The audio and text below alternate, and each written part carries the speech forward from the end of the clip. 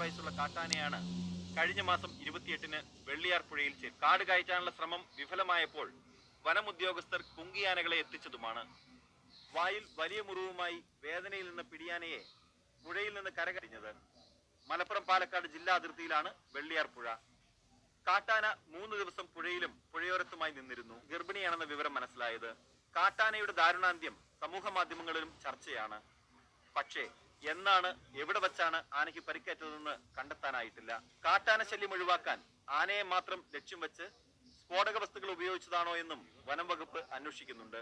Manorama news, Mannarkkad.